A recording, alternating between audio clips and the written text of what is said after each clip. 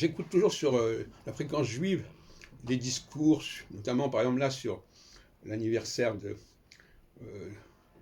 massacre de Toulouse. Et alors, j'écoute avec un certain effroi certains propos. Alors, je voudrais essayer de les dire de manière un peu sereine et mesurée. Mais quand on nous dit c'est un scandale qu'on ait tué des jeunes juifs, des enfants juifs, est-ce qu'il y a un plus grand scandale à tuer des enfants juifs ou à tuer des juifs qui sont marqués par le judaïsme, par la synagogue, par Israël, etc. Bon. À mon avis, là, il y a un contresens majeur. Parce qu'on nous dit, vous comprenez, quand on n'a pas été élevé, quand on n'a pas reçu la culture juive, on n'est pas complètement juif. C'est ça qu'ils sont en train de dire. C'est aberrant. C'est aberrant.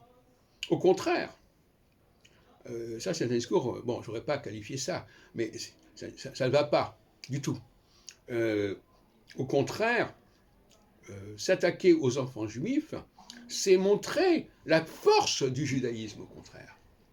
Montrer que cette force est transcendante, qu'elle est pérenne, et qu'elle ne dépend pas même d'une conversion ou d'une initiation ou d'une éducation. Hein?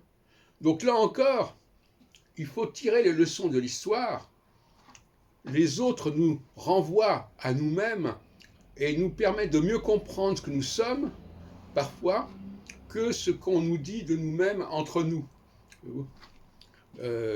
C'est très important le regard de l'autre. Le regard de l'autre, ce n'est pas forcément quelque chose de négatif. Le regard de l'autre, ça peut être tout à fait révélateur. Et même, c'est plein d'enseignements, le regard de l'autre. Il faut écouter ce que les autres disent de nous, à tout point de vue. Et je terminerai sur ce point, à savoir que être juif, c'est pas forcément véhiculer le judaïsme, c'est véhiculer l'esprit juif, le génie juif. C'est tout à fait différent. Et il faut l'exprimer au milieu des non-juifs, justement. Donc il y a une nécessité d'une présence juive en milieu non-juif qui est absolument essentielle. Il y a une dialectique à respecter. Donc il ne s'agit pas que les juifs s'assimilent et prennent un profil bas, parce qu'à ce moment-là, ils sont complètement à côté de leur mission et de leur fonction. De toute façon, dans la réalité, c'est comme ça que les choses se passent.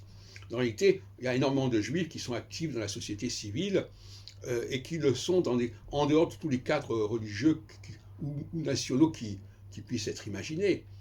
Donc c'est un discours qui est même décalé par rapport à la réalité, en fin de compte.